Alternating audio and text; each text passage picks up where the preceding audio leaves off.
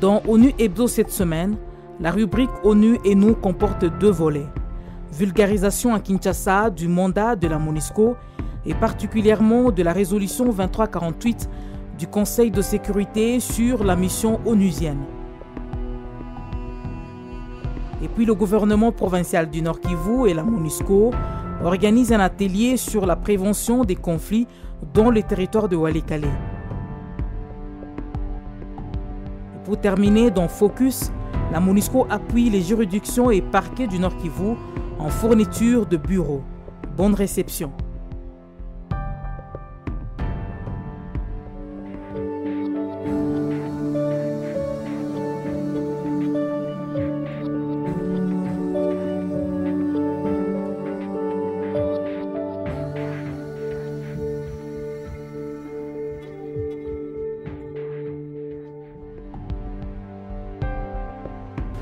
Pouvez-vous nous dresser les bilans des résolutions des Nations Unies depuis le 14 juillet jusqu'à ce jour?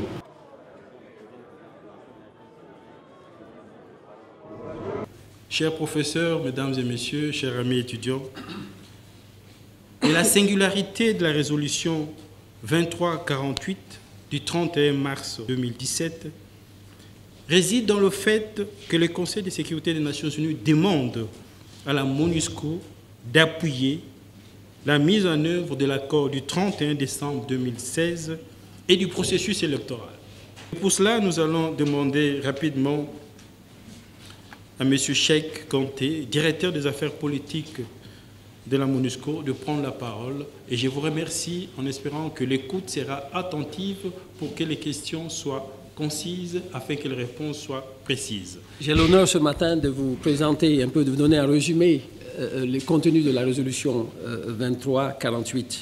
La résolution est très longue, mais on va se focaliser sur les points principaux. Et je pense que les 2 points priorités stratégiques de la MONUSCO pour cette année à venir sont d'une part, assurer la protection des civils en usant des moyens civils et militaires de la mission, et 2, appuyer les processus politiques, notamment la mise en œuvre de l'accord du 31 décembre 2016 et le processus électoral. Et quelle est la valeur juridique d'une résolution émanant du Conseil de sécurité? Merci, M. Marley. Pouvez-vous nous dresser les bilans des résolutions des Nations Unies depuis le 14 juillet jusqu'à ce jour? Donc voilà. Donc maintenant, très rapidement, pour répondre à la question de M. Roger Marley sur la valeur juridique des résolutions des Nations Unies. Ce qu'il faut comprendre, c'est que les résolutions sont adoptées par le Conseil de sécurité et constituent en fait une feuille de route pour la mission. En fait, les résolutions sont le mandat d'une mission pendant une période donnée. C'est la feuille de route, c'est ce qui décrit ce que la mission devrait faire pendant une période donnée, en général une année. Donc c'est ça une résolution. Maintenant, pour aller plus loin sur le caractère, que vous disiez, le caractère juridique de ces résolutions, et en même temps, je crois que je réponds à la question de notre collègue qui voulait le bilan de toutes les résolutions. En fait, il faut comprendre que les résolutions ne valent que par la volonté politique des partis. Quand vous avez une résolution, vous ne pouvez être efficace que si toutes les parties travaillent avec vous pour mettre en œuvre cette résolution.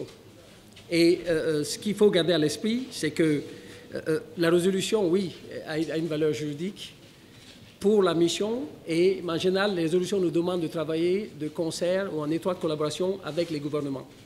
Nous invitons l'abbé Donatien Cholet, secrétaire général de la conférence épiscopale du Congo. La CENCO est particulièrement heureuse car cette résolution autour de laquelle nous nous réunissons aujourd'hui est une réponse aux attentes du peuple congolais portées par son plaidoyer à la tribune des Nations Unies le 21 mars 2017. Pour bien comprendre l'accord du 31 décembre 2016, dont la mise en œuvre est la préoccupation de la résolution 2348, il faut tenir à la fois compte de l'esprit qui a conduit à son élaboration et de la lettre qu'il a fixée. L'accord doit être lu comme un tout dynamique. L'on doit éviter de faire une sorte de pêche à la ligne pour ne prendre que ce qui convient à ses intérêts. Professeur Elias. Pourquoi une dame, s'il vous plaît? J'aimerais savoir est-ce que les élections auront fait de... J'ai dit on n'a pas de choix. On ne peut pas sortir de cette crise tant qu'on n'aura pas des élections. La crise est avant tout électorale. Tant qu'on n'aura pas organisé les élections, le pays ne fera que s'enliser. Mais je crois que personne, moi j'ai écouté le chef de l'État plusieurs fois, et lui encourage les élections. Alors si pour des raisons objectives, les organes compétents ont estimé que voilà, pour telle et telle raison objective, les élections auront plutôt en février plutôt qu'en décembre, est-ce qu'on va brûler le pays pour ça? Faisons en sorte que notre peuple soit au courant à travers vos discussions, partout, dans des universités, dans des bus, dans des deuils, que cet enthousiasme, que cette volonté d'aller vers des élections électrise toute la nation. La conférence a été utile dans le sens où il était important de réexpliquer aux gens le nouveau mandat accordé à la MONUSCO, notamment que la population comprenne que dans ce nouveau mandat, il s'agit de la protection des civils, mais aussi d'accompagner le processus électoral. Avec tout le théâtre que nous montre la classe politique de notre pays, est-ce que la question de l'honneur y est? Est-ce que l'accord va être respecté ou pas?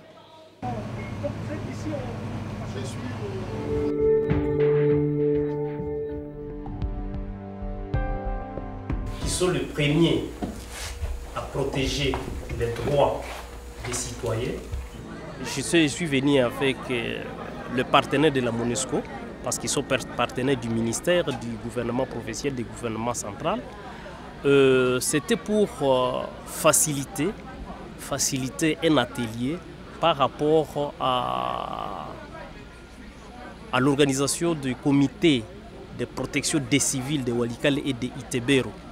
L'insécurité demeure encore une source d'inquiétude pour certaines populations de la province du Nord Kivu. Le secteur de Bakano, un territoire de Walikale, en est une illustration. C'est pourquoi le gouvernement provincial et la MONUSCO ont organisé à Walikale Centre un atelier sur la problématique de la mise en œuvre d'un plan de protection des civils. Au cours de cet atelier, nous avons pu découvrir d'autres notions importantes ici pour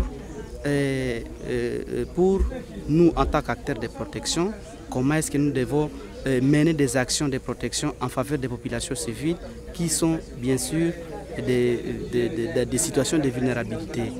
Et par la suite, nous avons aussi découvert quelque chose de très important sur comment est-ce que les acteurs de protection peuvent formuler des recommandations à l'encontre des autorités pour bien sûr prendre des décisions à taille utile dans le cadre de l'amélioration de la situation de protection des populations civiles. Nous avons bénéficié de matières qui viennent quand même de nous aider, de nous donner le prérequis, de nous donner la base, de savoir comment nous puissions nous positionner, de travailler d'une manière ou d'une autre à l'intérêt de notre population, à l'intérêt de notre communauté, pour défendre le bien-être de la population, leurs droits surtout.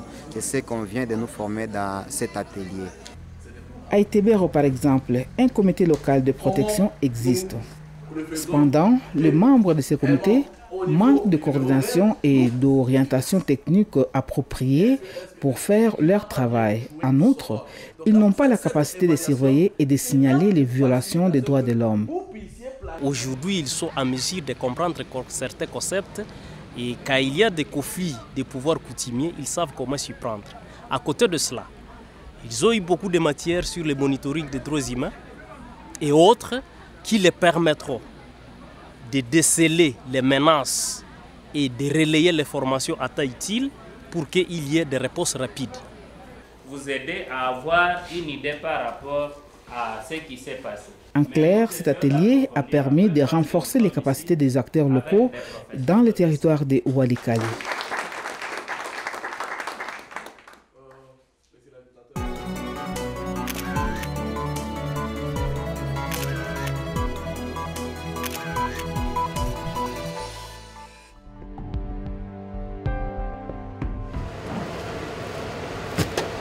Des rames de papier, des registres, des agrafeuses, des calculatrices et des stylos, ce sont quelques-unes des fournitures émises symboliquement par la MONUSCO aux juridictions et parquets de la province du Nord Kivu. Un appui qui rentre dans le cadre du mandat de la mission onusienne à travers sa section d'appui à la justice et à l'administration pénitentiaire, avec comme objectif le renforcement des capacités du système judiciaire nord-kivusien. Cela fait suite à une série de demandes que le bureau régional MONUSCO Goma avait reçues de nos partenaires de la justice pour demander un appui en fourniture de bureaux. Parce qu'effectivement, selon même nos constats de la section justice et correction, les juridictions et les parquets manquaient beaucoup de fournitures de bureaux. Donc c'était un véritable problème qui se posait et ce qui fait que ça a retardé le fonctionnement normal de la justice. Cet appui qui s'inscrit dans le cadre du renforcement de l'état de droit contribue à la stabilisation et à la paix sociale par le biais de la justice. Donc nous pensons que cet appui va vraiment combler un besoin qui va permettre une amélioration du fonctionnement de la justice.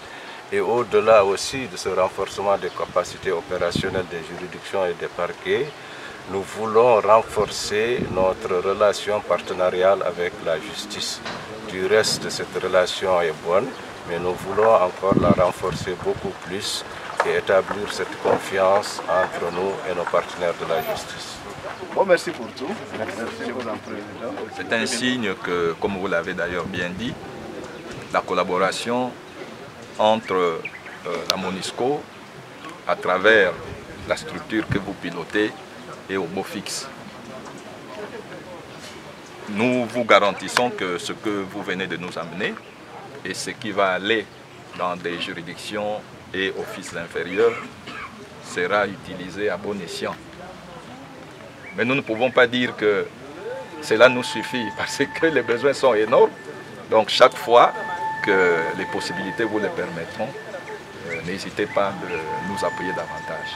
La section d'appui à la justice et à l'administration pénitentiaire de la MONUSCO prévoit justement d'autres appuis dans le cadre du même projet. À terme, plus de 9 000 $ américains sont déjà prévus pour appuyer des juridictions et parquets de la province du Nord Kivu.